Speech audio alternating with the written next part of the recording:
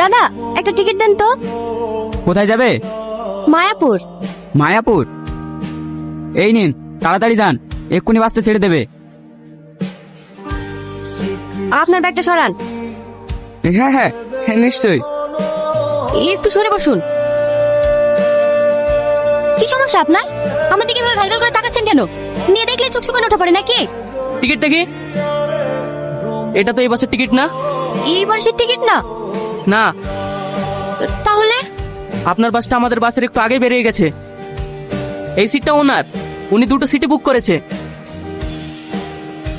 Sorry, আমি চলে যাচ্ছি। ইটস ওকে, আপনি চাইলে এখানে বসতে পারেন। আপনি যেমনটা ভাবছেন আমি তেমন ছেলে না। কোথায় যাবেন আপনি? মায়াপুর।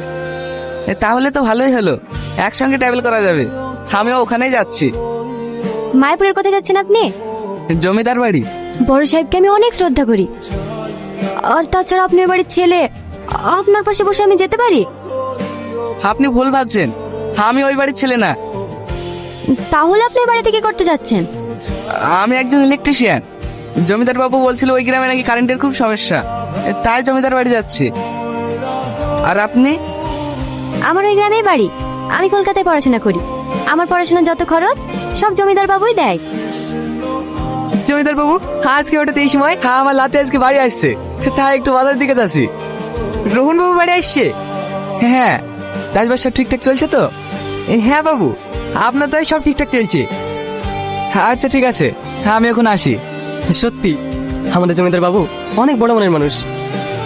হ্যাঁ রে, আমি যখন খেতে পাইছিলাম না তখন আমাকে এই জমিটা দিয়েছে চাষ করার লেগে। আর আমার মেয়েকেও বাইরে পড়াশোনা করার জন্য পাঠিয়েছে। জমিদার বাবু যদি আমাদের পাশে না থাকতো তাহলে যে আমাদের কি হতো। কি রে, তোদের রান্না হলো? হ্যাঁ হ্যাঁ খেলাম না, এই তো হয়ে এসছে। একটু চেখে দেখেন তো কেমন হয়েছে।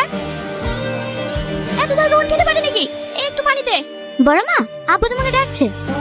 তোর আব্বু আবার কি বলছে? জানিনি, আব্বু তোমাকে তাড়াতাড়ি যেতে বললো। ঠিক আছে, তুই যা, আমি আসছি। এই রাকেশ, রোহন কাঁদতে যাস না এখনো? এই তো চাষি বড় মা, এই নাও। না না, ঠিক আছে। আর নাও না, খুব ভালো খেতে।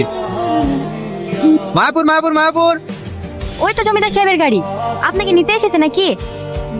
হ্যাঁ, আমি তো এই গ্রামের কিছু চিনি না, তাই জমিদার সাহেব গাড়ি পাঠিয়ে দিয়েছে মনে হয়। ঠিক আছে, যান তাহলে। তুমি হেঁটে যাবা? হ্যাঁ। তুমিও এসো আমার সাথে। না না, আমি হেঁটেই চলে যাব। কি করু, এসে শুরু? আরে ওসব কিছুই না। দাদু ভাই, আসতে কোনো অসুবিধা হয়নি তো? না দাদু, কোনো অসুবিধা হয়নি। না খেয়ে খেয়ে চেহারার কি অবস্থা করেছে দেখো দিনি। এক্সাম ছিল তো, তাই ঠিক মতো খাওয়া হয়নি। এবার তোমার হাতে খাবো, খেয়েই মোটায় যাবো। ওকে এখানে দাঁড় করে রাখবা না ভিতরে নিয়ে আসবা? হ্যাঁ হ্যাঁ, হাই বাবু ভিতরে আয়। আর 1 মাস বাদ দিয়ে তোর পরীক্ষা, এখন বাড়িতে আসা কি দরকার ছিল বলতো মা? একবারে পরীক্ষাটা দিয়ে আসতি। তুমি চুপ করো, তোমার শরীর খারাপ, আর আমি বাড়ি আসবো না। না রে মা, আমি ঠিক আছি। সে তো দেখতেই পাচ্ছি কতটুকু ঠিক আছো। রূপনগরের রাস্তাটা কোন দিকে একটু বলতে পারবে? এদিকে কোনো রূপনগর নাই। রূপ তো আছে। মানে তুমি? সরি, আপনি? আপনি না, তুমি। তুমি বাইক কোথায় পেলে? এখানকার জমিদারের। আপনাদের জমিদার অনেক বড় মনের মানুষ। কালকে আমার অনেক সেবা যত্ন করেছে। আবার আমার কি সৌভাগ্য দেখো, তোমার সঙ্গেও দেখা হয়ে গেল। চলো আমরা কোথাও ঘুরে আসি। আমরা তো একে অপরকে চিনি না, তাই না? চেনা না থাকলেও মনে হচ্ছে আমরা এক অপরকে অনেক আগে থেকেই চিনতাম। তুমি কি আমাকে ইমপ্রেস করার চেষ্টা করছো? তাহলে তুমি বুঝতে পেরেছো আমি তোমাকে ভালোবেসে ফেলেছি। সত্যি, আমি কখনো এমন অনুভূতি পাইনি। আমিও যে বাসি কখন তোমার প্রেমে পড়ে গেছি, কিন্তু ভয় বলতে পারিনি। কেন?